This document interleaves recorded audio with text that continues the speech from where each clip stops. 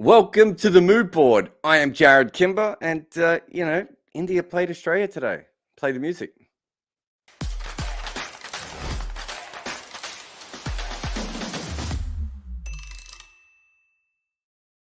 If you haven't been around for a mood board before, well, what an absolute treat it is for you to come here today. We're going to try and do this after every day of India Australia, but I'm pretty sure I'm working for some of these games, so I'll miss a few of them. But while I'm around and I'm available, here I am, and let us mood board. We're going to look at some of the interesting trends and things that happened today from the game. Quite clearly, India were on top.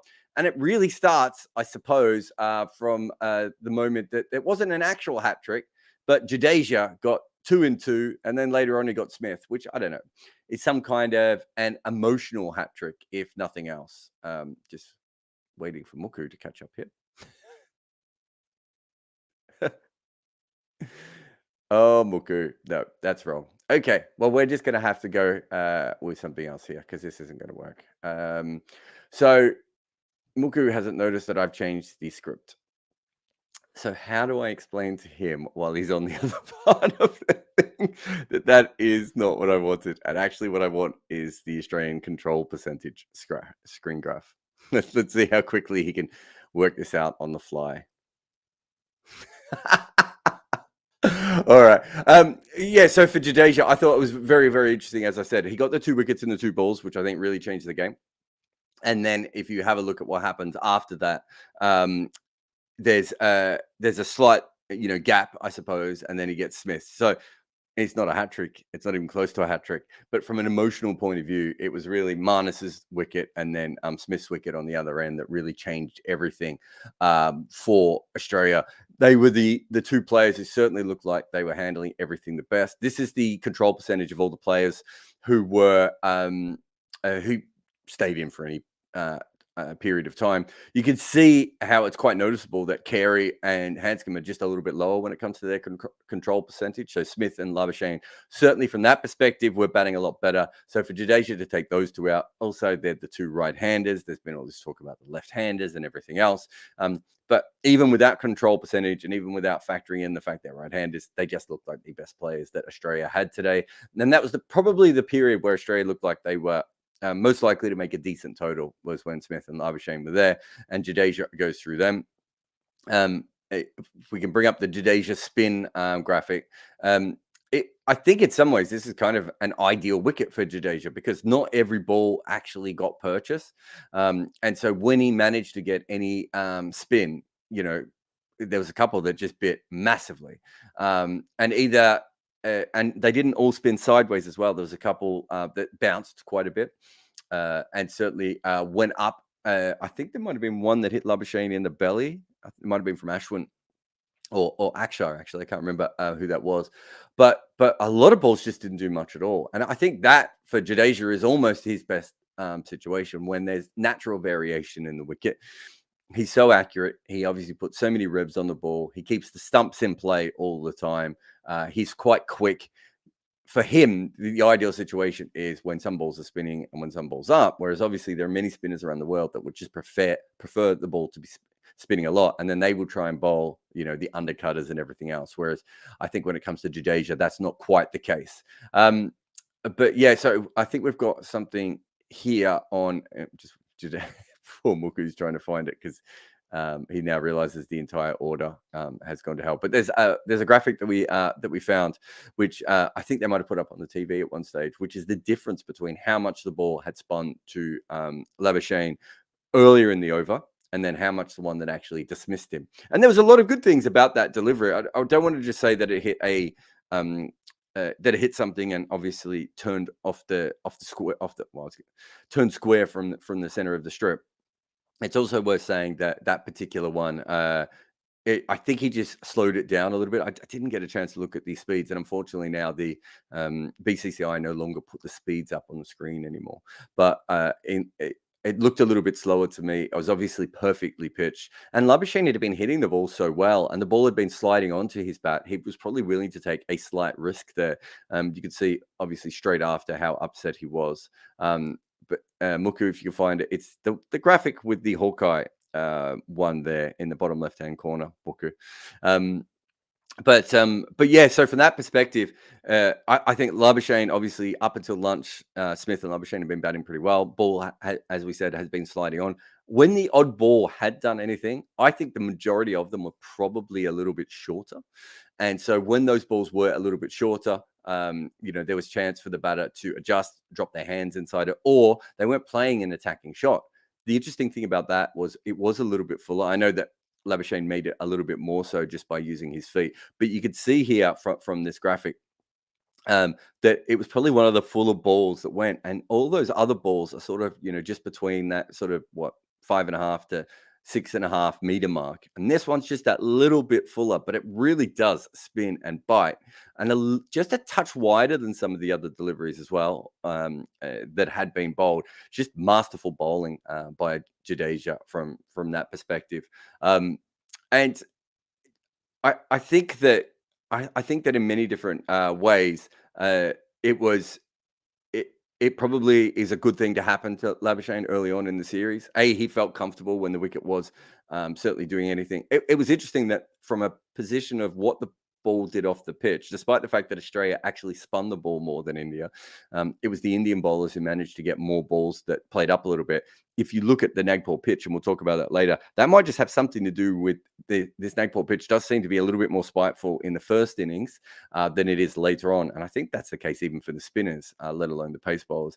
But look, if you could move on to the Jadeja Dirt one. So it's a new method that we're using today. So everything's a little bit more amateur than usual, not to mention that somehow we have a script mix up.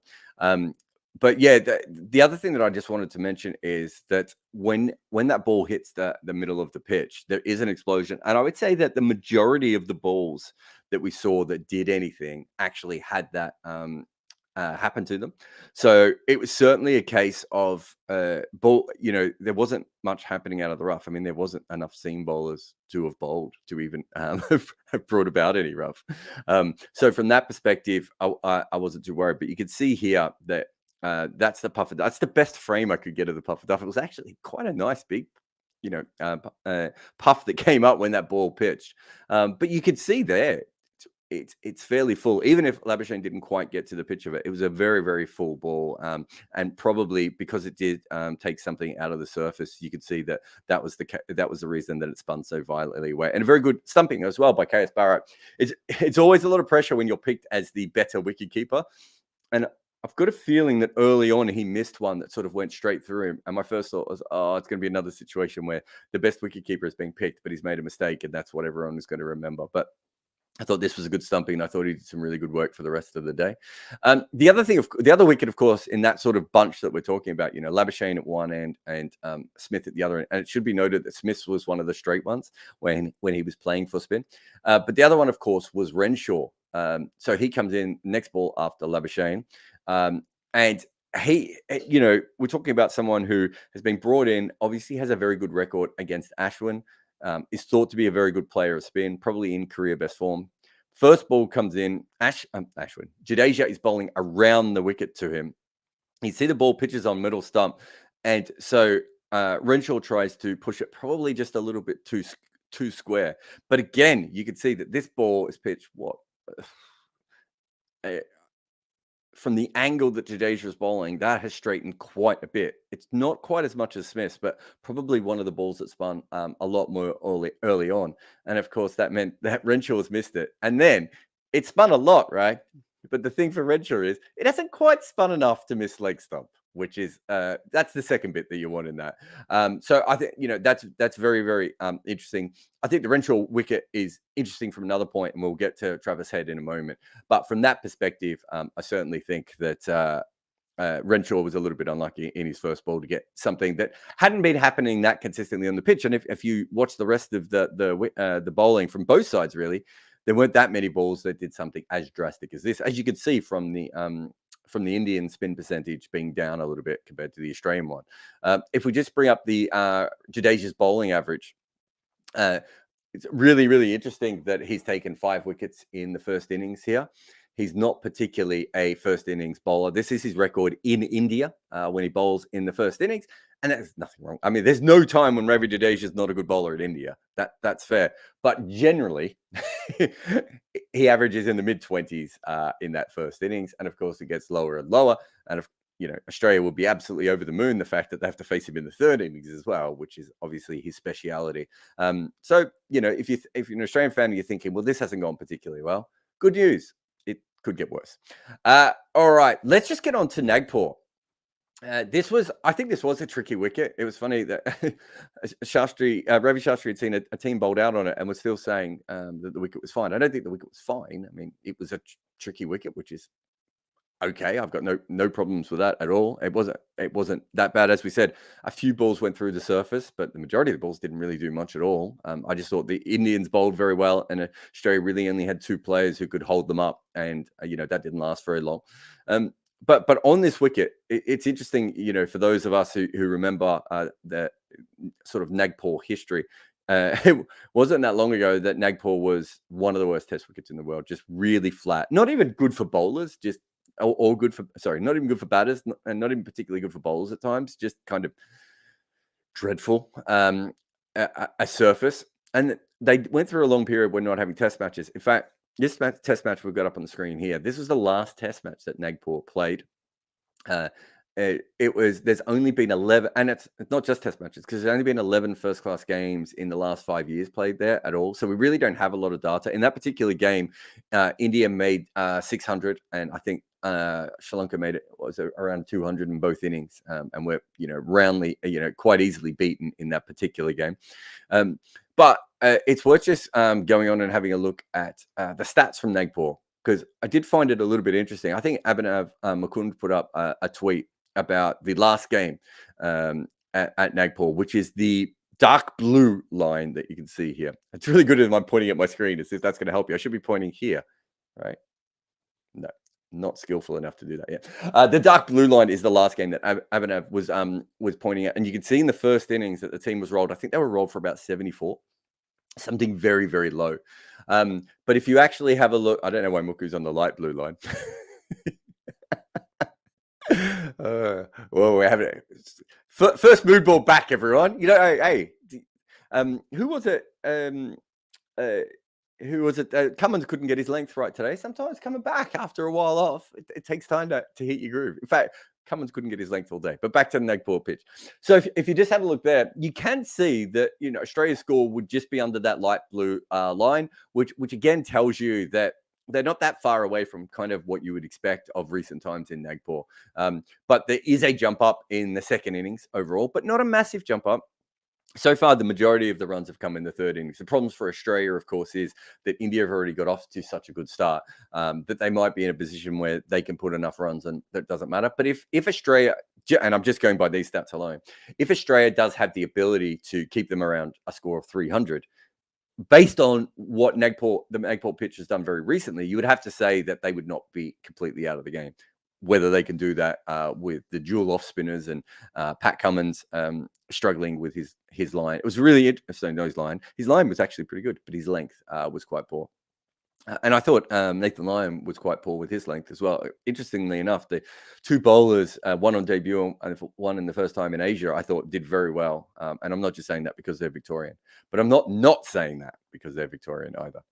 Let's get on to Warner because he failed again today. Obviously, it was a bit of I wouldn't say it was a shock that Indian seam bowlers take wickets, because the Indian seam bowlers take a couple of wickets, but it was probably a bit of a shock the way that there were two quick wickets back to back. Usman Khawaja was beaten by the in-swinger. But as far as David Warner goes, they say you should always know where your off stump is. Well, if David Warner is having trouble, we've circled it here. That's a glorious photo. I also like, if you're taking a good look at this photo, just the little shadow in the background that this stump is making. This is a beautiful single stump cartwheel, which has then gone off on an angle. Absolutely beautiful. I think this is just from the TV footage, but I'm hoping there's some really good angles from some of the camera people inside the ground as well. If there was anyone at long off, for instance, they might have had a really, really interesting view of that one. Quite clearly, a lot was made of Warner versus Ashwin coming in. but also, I suppose, also Warner away from home. But in this case, it's also worth pointing out, and we did this in the video about the left-handers the other day, that the Mohammeds, Siraj and Shami, are both very, very good against left-handers. For whatever reason, Mohammed Siraj hasn't done as well against left-handers in India, but Mohammed Shami certainly does. They both like bowling around. Both like bowling to left-handers, and I suppose specifically, and this is what matters in this case, is that you can see here that Mohammed, I forgot which Mohammed it was. Mohammed Shami is around the wicket here. And that's another interesting thing worth noting. So if we just go to the next slide, for those of you old enough to remember, it wasn't that long ago that right-arm seamers really didn't bowl around the wicket to right-handers that much, to left-handers that much. Andre Nell was like the standout guy who did it. And then occasionally you had people like Len McGrath and Andrew Flintoff do it to specific batters. But from 2017 onwards, and I think that's about the time people really started looking at the data, and I think the analysts are playing a big part here. That's when teams really, really started doing it. In fact, there's a good podcast I had with Harry Gurney the other day where he talks about he started doing it in first-class cricket as a left-arm bowler based on the data they were getting from England and from his friend Stuart Broad. So it's 2017 where it really starts to change. And we've done a whole video on this before, which you can obviously go back and look at. But Warner stats really show how different this has become. Through the first part of his career, he just doesn't have to worry about it. It's something that happens very, very infrequently. For the majority of his time, he would probably, especially early on in his innings, bowlers would have been over the wicket to him. And then if they came around, it would be when he was already set. That has changed so massively, as you can see here. And it really is that 2017 period when you start to notice it in his record. It doesn't mean that every year he's getting more bowling over the wicket than around. But you can see there are actually years when he gets more around than over, which is that's just something that had never happened in cricket before. We just haven't had that happen en masse to players the way it has over the last couple of years. And you can see there's still years when he goes up against bowlers who prefer to go over the wicket, because that's the other thing about this trend is it's still very new and a lot of bowlers don't do it. In fact, when I've worked with bowlers before and said to them, can you bowl around the wicket? Because I think you'll be better there. Their first thing is, but I don't know how. It's a real skill, getting off the wicket, getting into a groove, getting into the right position, wrist position. Also, it suits bowlers who naturally take the ball away from left-handers. So bowlers who bring the ball back into left-handers have to work on that a little bit. You have to work on different skills involved. It's a really, really interesting thing. But I think there's absolutely no doubt that what this shows here is that in Warner's case, people are coming around the wicket a lot more. So if you look at his record from 2017 onwards, and that'll be in the next slide, Muku, if you're there. It's quite clear that from that period onwards that Warner has struggled quite a bit more. So you can see that over the wicket, he's averaging over 40. Pardon the accidental pun there. And around the wicket, he's averaging, I think, around 32, 33 off the top of my head there. It's a big, big difference between these two. Now, I don't think that's enough to say that everyone should bowl around the wicket to him, because there are going to be some players who just struggle with that method. Some right-arm seamers just can't get it to work. Some are so good at coming over the wicket, it doesn't matter. But you can see why it's going to be a massive tactic. I think Warner's in a really, really interesting position. In fact, I just talked to my dad, who, of course, has seen none of the cricket today, but still had some of the spiciest hot takes.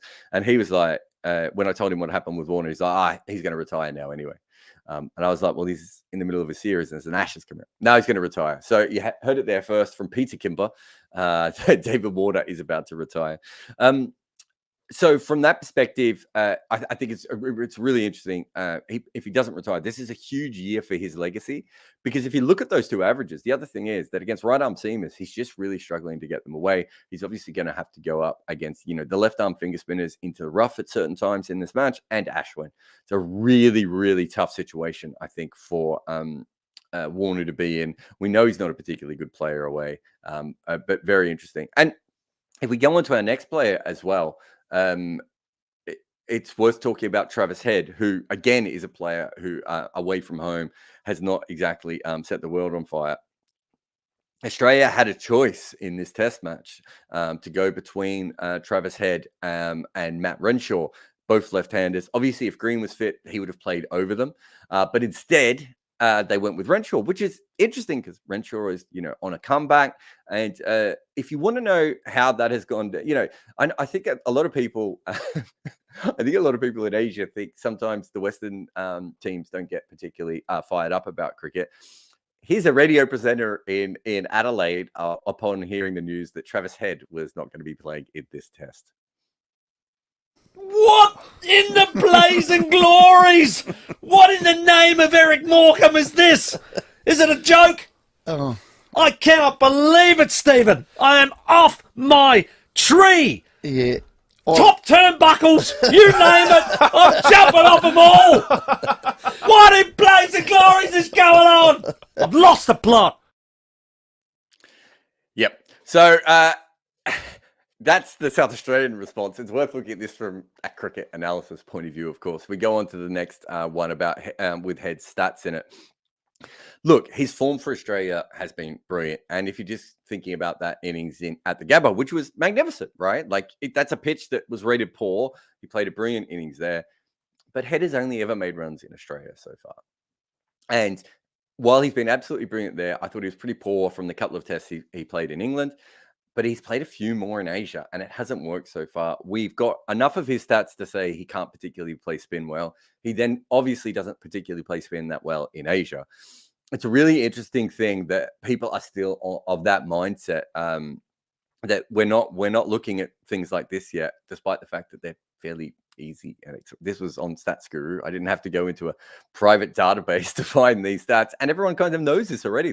There's nothing that's shocking about Head not playing in this.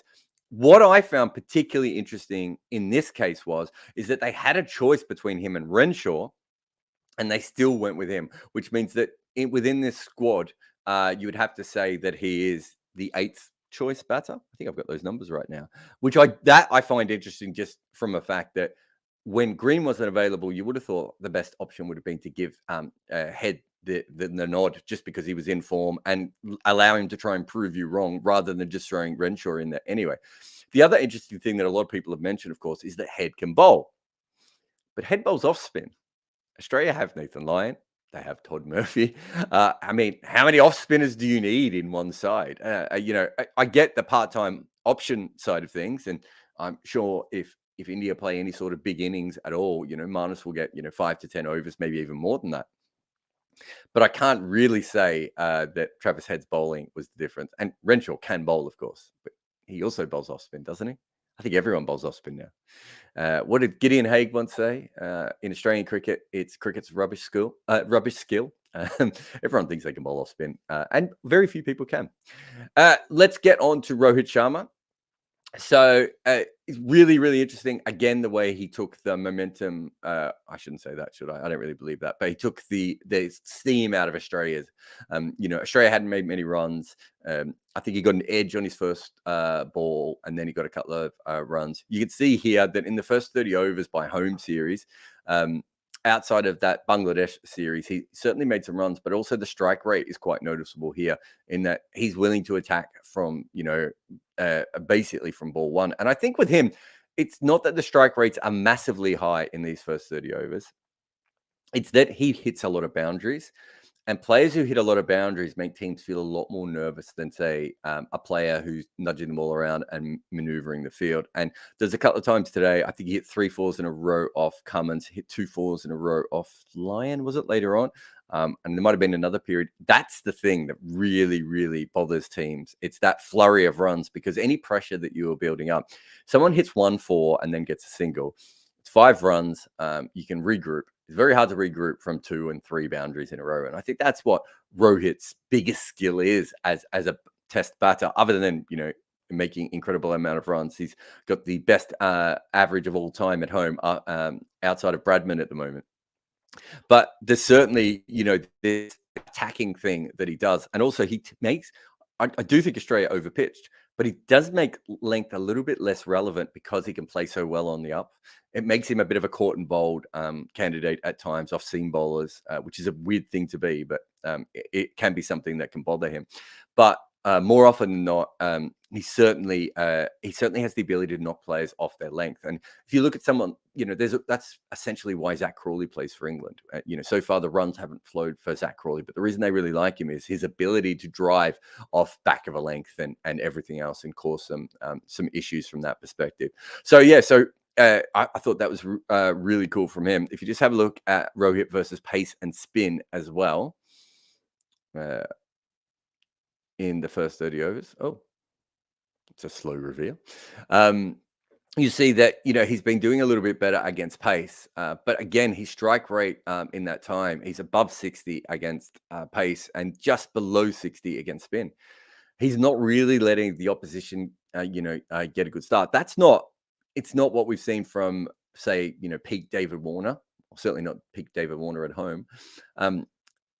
But, anytime you're around 60 is, that's the verge of which you're putting an impact on the opposition. It's more than 3 runs and over comfortably at that point. And as I said, with him, it's not just the strike rate, really is the boundaries that I think puts a lot of pressure on. And it's not the only opener we've ever seen that. Justin Langer used to do that early on, Michael Slater, Verinder Sehwag. We have seen maybe Marcus Trescothick's probably another one as well. We have seen other openers do that, but it clouds the mind of bowlers a little bit. And I think that's what he did as much as anything today. And just the last thing, as we're finished with our graphics, and we'll take some questions from the room. But just the last thing I wanted to mention, I don't think we got a chance to make it, but was Todd Murphy's first wicket today. I think that's the best news for Australia. Oh, I don't even know what this graphic is, but I like it. Whatever that was, we got a taste of whatever that was. This is his record against different bowlers. Oh, interesting. I didn't even see that in the notes, but I like it. Just on Todd Murphy, that's the best news other, for Australia today, that he exists and that he's real. He's a bit like Nathan Lyon and almost any young Australian spinner of that level of talent. They don't play a lot of first-class games before they come into the national team, just because there aren't that many bowlers for them to move aside. As you can see from the video we did on Chris Lynn recently, again, Australian spin bowling stocks are not quite as strong as they should be. Todd Murphy, I think he's taken 14 wickets, an average of 17 in 3 Shield games this year. Played a little bit last year, I think, as well. This would have been the first look at him in red ball cricket for most Australians. I'd seen a little bit of him. I've seen him bowl a couple of spells for Victoria at times. I like him. He's tall. And he seems to me be a little bit faster than a sort of traditional Australian off spinner. I like the lines and the lengths. I like the way he thought about his spells. Very, very interesting. I remember when Will Somerville bowled who's practically an Australian off spinner in some ways. I remember when he bowled in India, he had the height, but he didn't have the revs on the ball that Murphy got. And he also probably didn't quite have the pace through the air.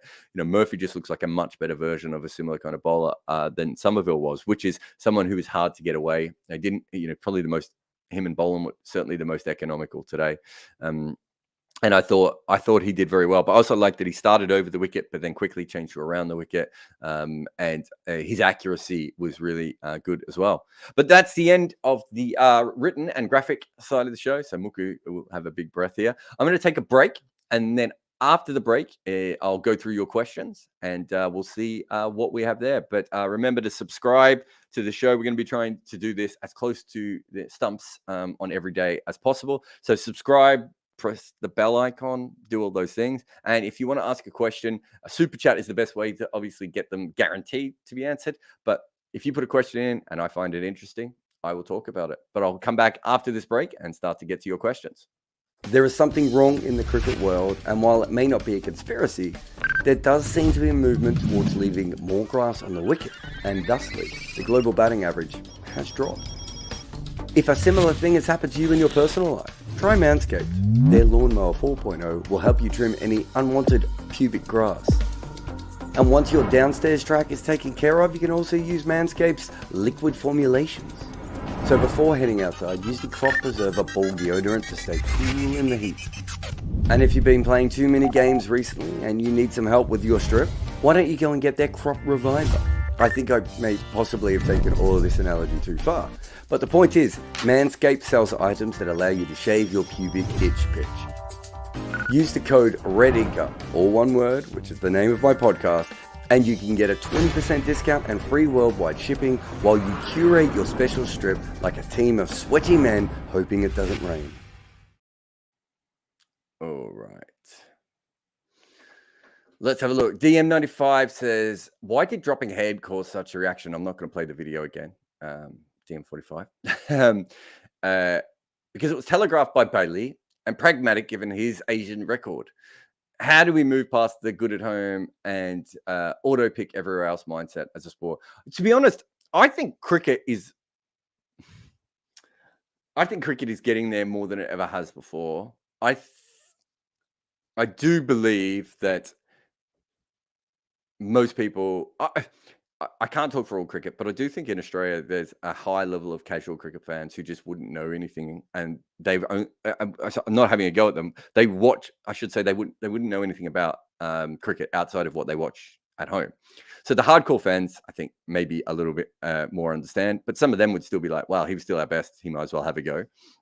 But I do think there is a large percent of the sort of casual fans who have seen him play really well over the last 2 summers in Australia, and so they automatically think they should go.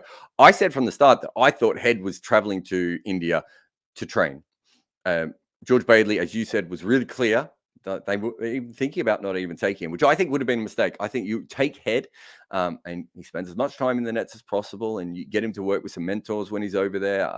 He's got Dan Vittori, got some, very good, batting consultants and spin consultants, and not to mention just in the nets and everything else. So I would have thought that was a very, very good way of going about those things. Clearly, not everyone is looking at that level. I mean, if you're on this page, DM, you're thinking about cricket on a level that most people aren't. Even most former players are not spending all their time trolling through Stats Guru, looking for his batting average away from home, or, are tweeting in 1 a.m. in the morning about his record versus Ashwin, as I did a few weeks ago, right? Most people just aren't doing that sort of stuff. So from that perspective, that's why. But I do think cricket is getting better about that. But maybe not, the conversation about cricket hasn't caught up as quickly as maybe the teams have. Rahul says, Mike Agarwal has great numbers at home in Test cricket. Do you think he's unlucky to miss out on a place in the squad? I mean, I think we are looking at the first-class records of some of these players coming through. I just think there's going to be unlucky players. If the Indian batting lineup, Indian batting talent keeps producing the way it is, you're going to get more and more players coming through. That, I'm trying to think of the best way of putting it. You're going to get more and more players coming through who are going to look unfair, right? It's going to look like, where do my numbers go there? It's going to look like there are a lot of people just getting left out, and we know there are many other players that have very good records that could come in. I think if it was me, being that I have so many players, and I'm not saying that this is Agarwal specific, but I think if it was me, I'd be looking at pushing the players who are not just going to be good in India. I'd be looking for, techniques, temperaments, the ability to play the seaming ball, whatever data that they can collect. I know they're not using Hawkeye in first-class cricket yet, although I think they will be the first team to do it. Unless England's already done it, and I haven't been told. But and I think from that point of view, obviously we'll know a lot more going ahead of what you can do. But there's going to be a lot of really good Indian batting talent missing out. I mean, go back to the late 90s, early 2000s with Australia, just absolutely fantastic players who didn't even end up with international careers in some cases, or barely came in, played a little bit and then left. And we know how good those players were. And I think India is going to be in a similar situation. How India handles that is going to be really interesting as well, because international cricket isn't the be all and end all anymore, right? Like, what if some of those players want to try their hand somewhere else, especially if they're not major IPL players? There are now other opportunities out there. So that's really interesting from that perspective. But yeah, there's certainly going to be a case where there's going to be a lot of players who will look incredible with their records, but might just struggle to, get themselves into the side. Dimitri says, I saw the Australia only tried to rotate the strike 3% of the time. I didn't see that.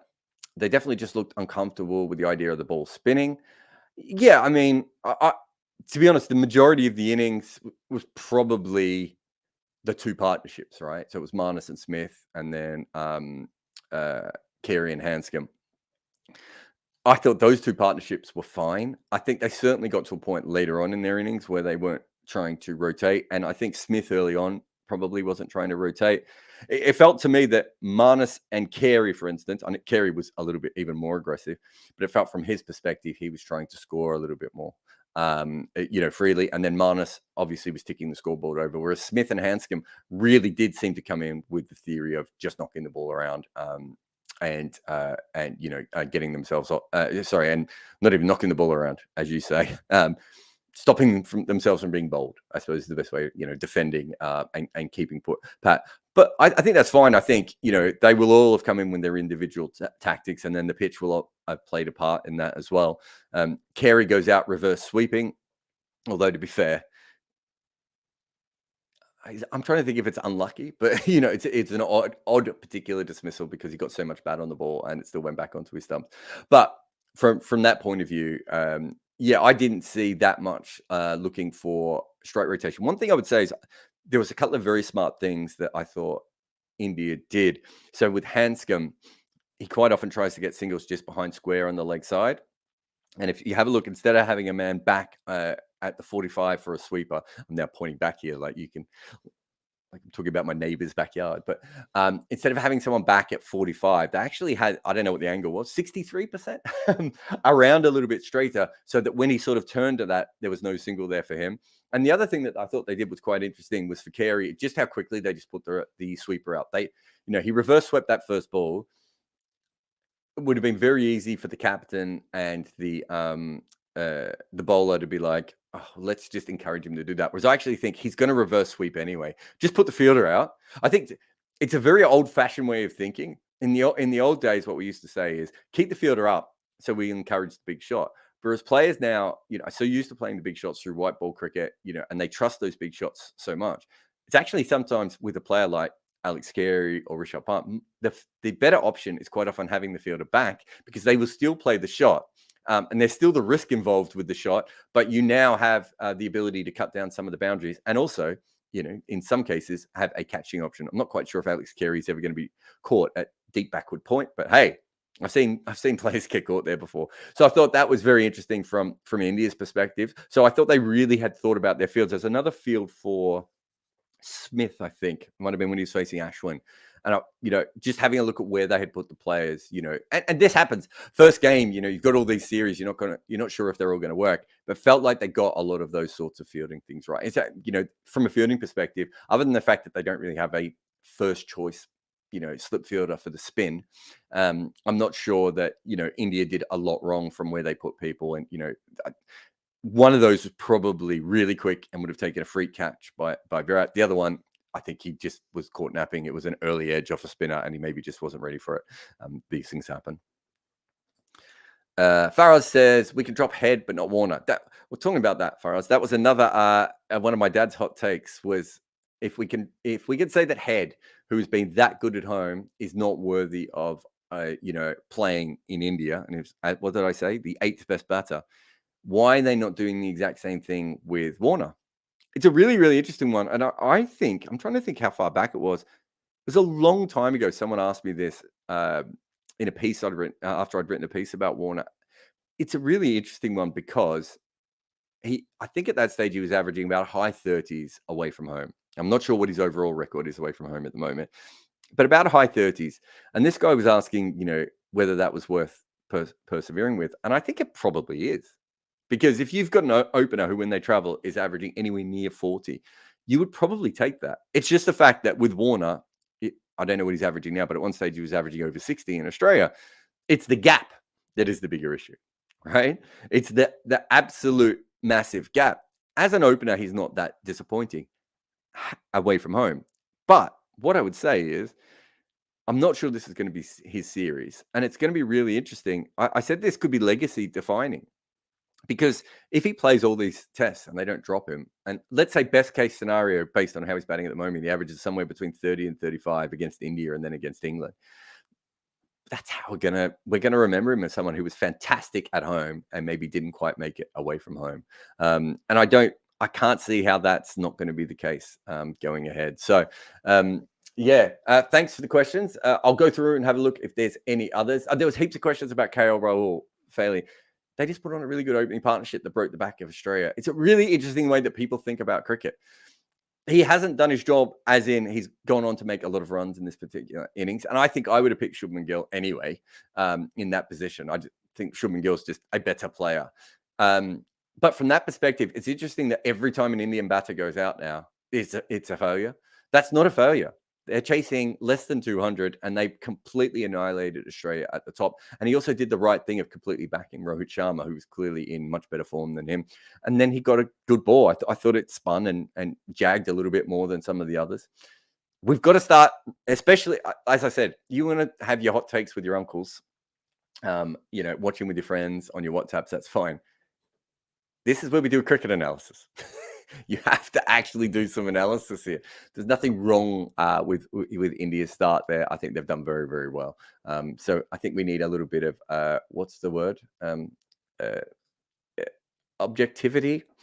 Maybe that's the wrong word. But we have to understand the situation that the game is in at the moment. And I probably wouldn't have picked Sky. I probably would have had Shubman Gill and KL Rahul in the middle. Or Sky over him wouldn't have bothered me either way. But it's this whole scapegoat thing. It's really interesting to me how the Indian fan group is turning into very much like what I would say Australia and English cricket media is like, which is the only thing they can ever talk about is the next person they want dropped. And of course, there's only two possible outcomes. That person makes runs and you have to stop talking about them being dropped, or they get dropped and you have to find someone else. And it's this constant cycle. And it's like, that's not how the best cricket teams operate.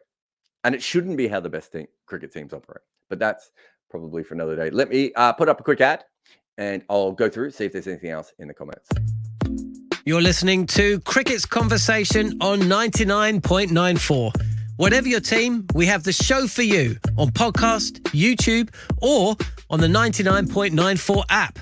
We have India, England, South Africa, West Indies, and now Sri Lanka covered. If you want to find us, the best way is to follow us on social media at 9994DM by downloading the 9994 app or Google 99.94 on podcast. We speak cricket. Let me just have a look at what else we've got here.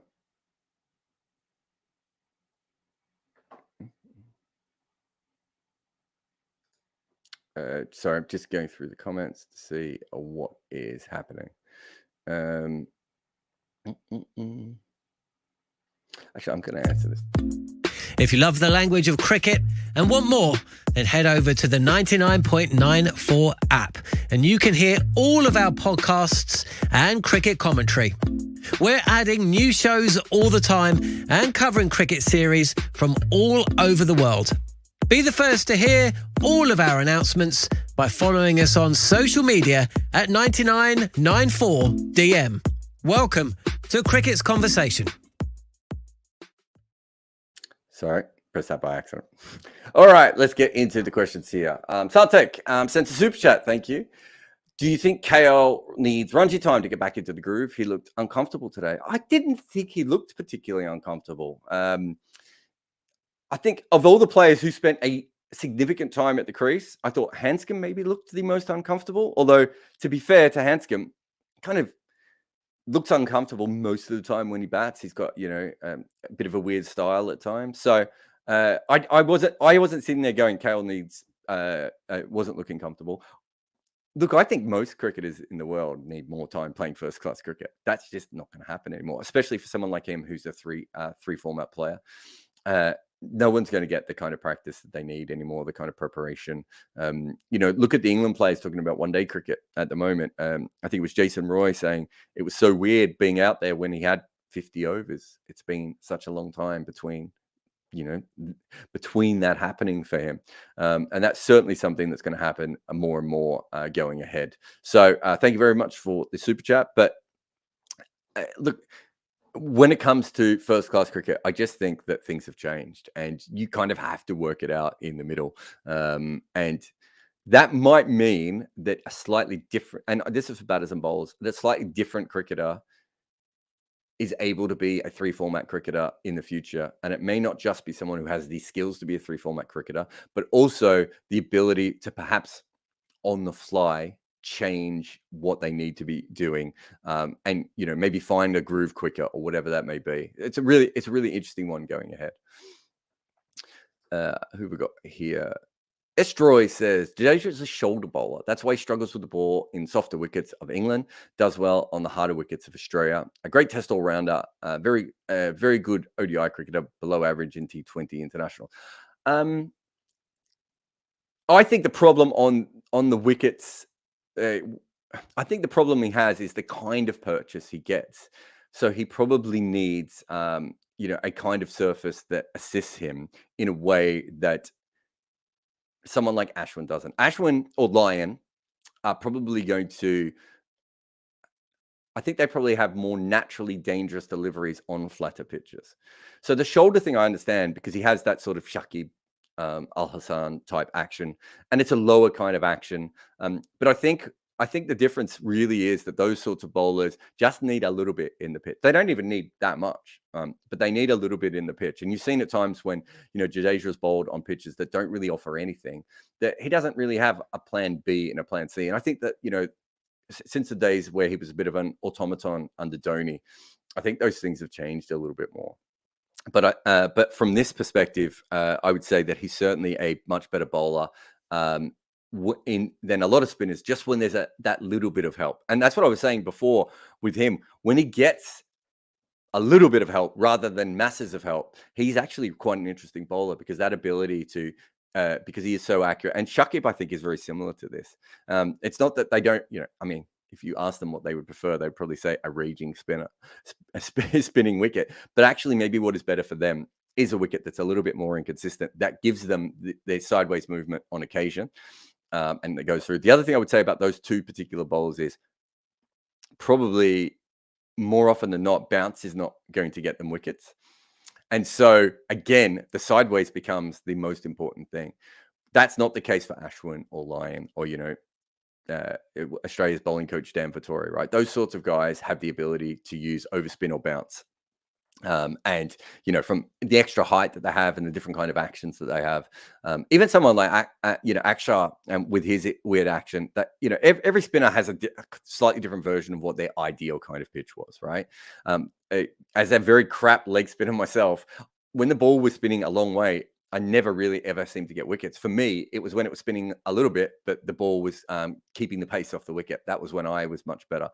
Everyone's got a different kind of pace. And it's something that Gareth Batty talks about this a lot. If you ever get a chance to listen to him on TalkSport when the spinners are bowling, he will talk about these sorts of things a lot. A lot of it has to do with exactly the way the ball comes out of your fingers. So it's not just about being that sort of shoulder bowler, but also the kind of revs you get on it, whether you're putting a lot of spinners put sort of angled revs on the ball. Some put sideways revs, some put revs over the top. All those things play a big difference on the pitch. Soliloquy says, Jarrod, you need to sum up your thoughts in a few sentences rather than stretching it out. Okay, Soliloquy, you're an idiot.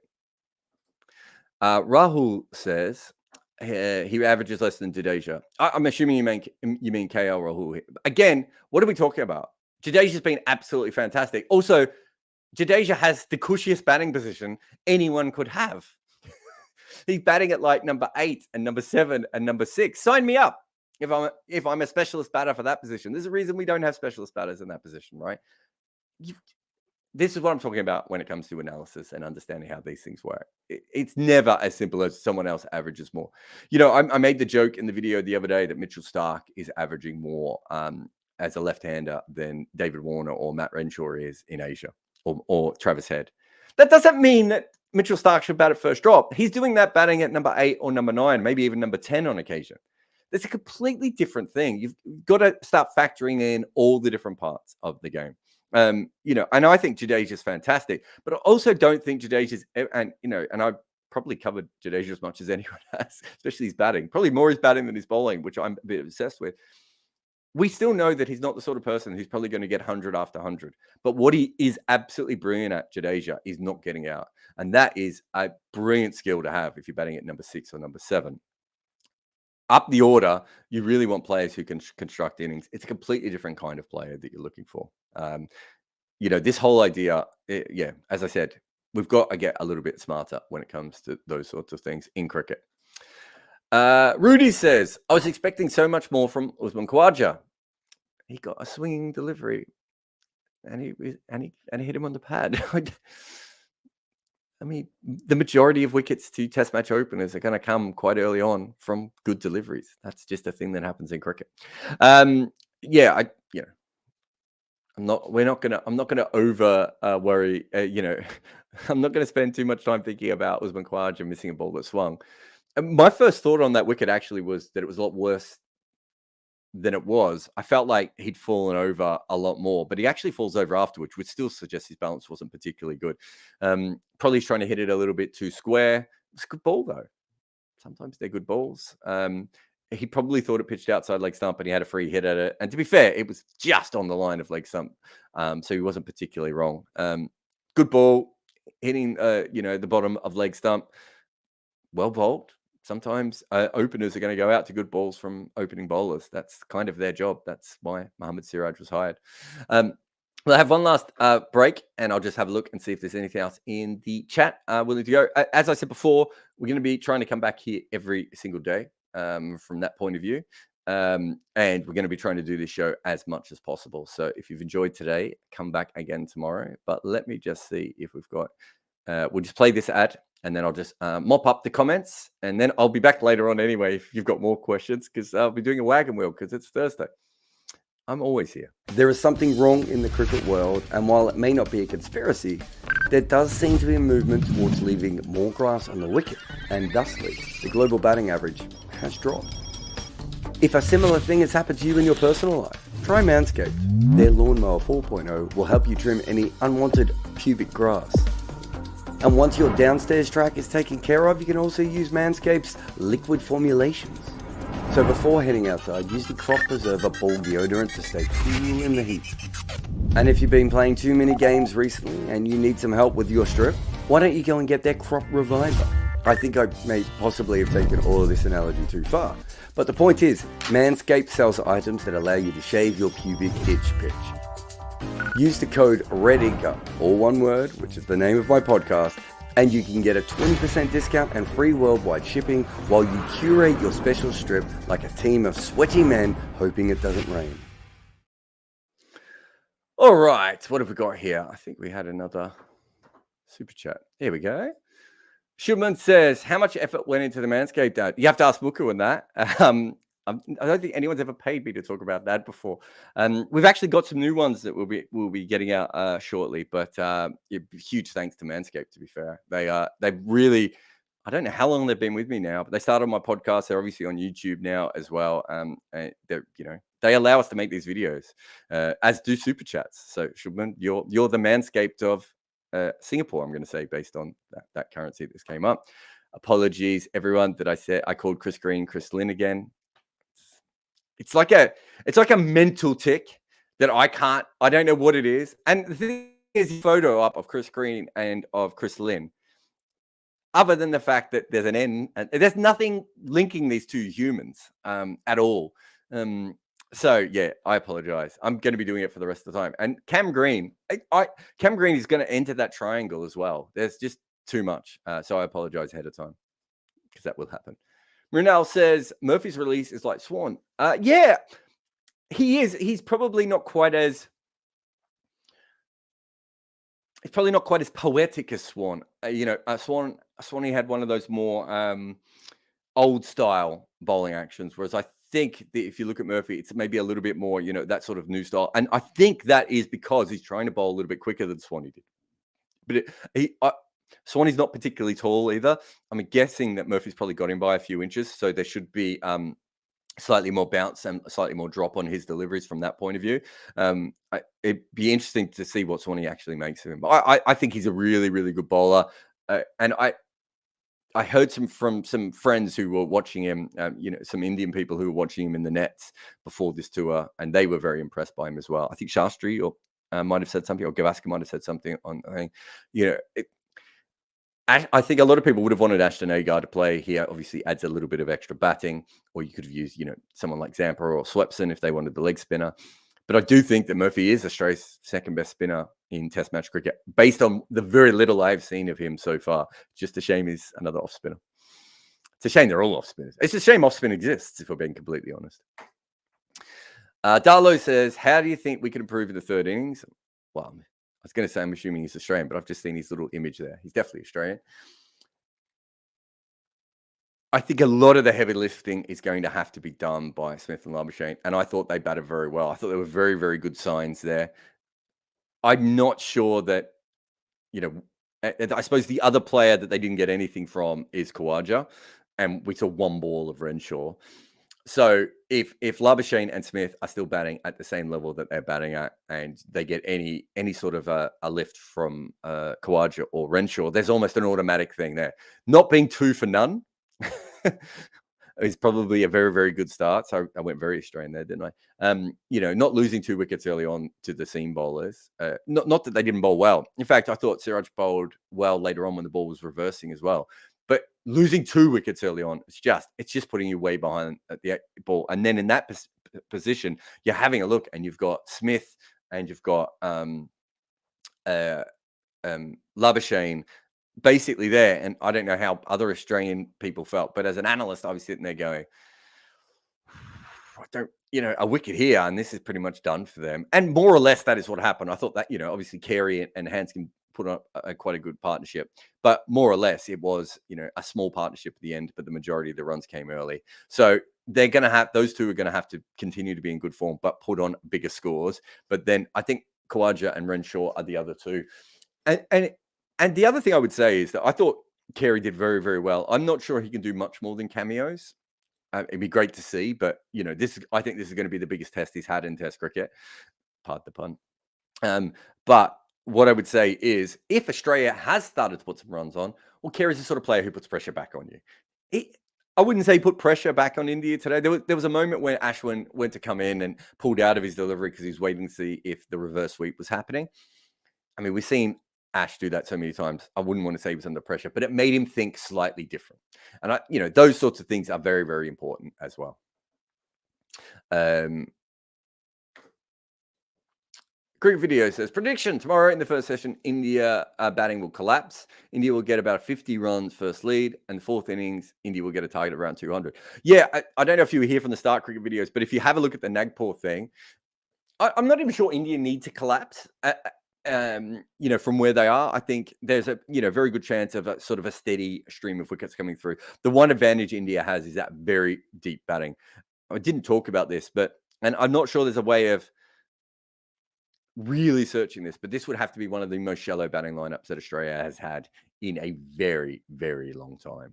And India does not have a batting lineup like that. That's a big advantage. Also, in these situations, Ashwin is a replacement level batter in Asia. He probably, I haven't looked at his average in Asia in a long time, but I'm assuming it's probably mid-30s. I'm not sure if it's higher even in India.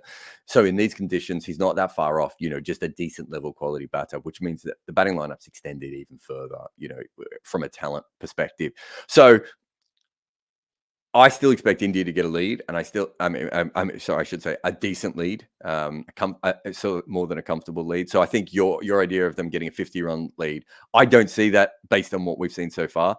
Having said all that, I wonder what would have happened today if Boland and Lyon had bowled as well as Murphy. Sorry, if Cummins and Lyon had bowled as well as Murphy and Boland did, because they didn't keep the pressure on.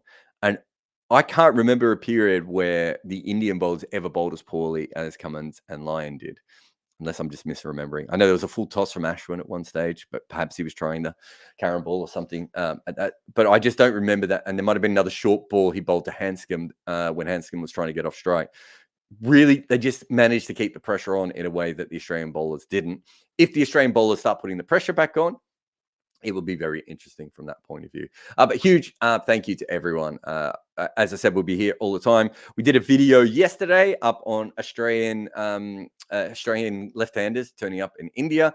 The Women's World Cup starts tomorrow, so there'll be a video up on that. We'll be trying to do these mood boards after play every day, if at all possible, or when I'm physically available or my daughter doesn't need me. And in a little while, very soon, probably, we'll be coming straight back here to do the Wagon Wheel podcast.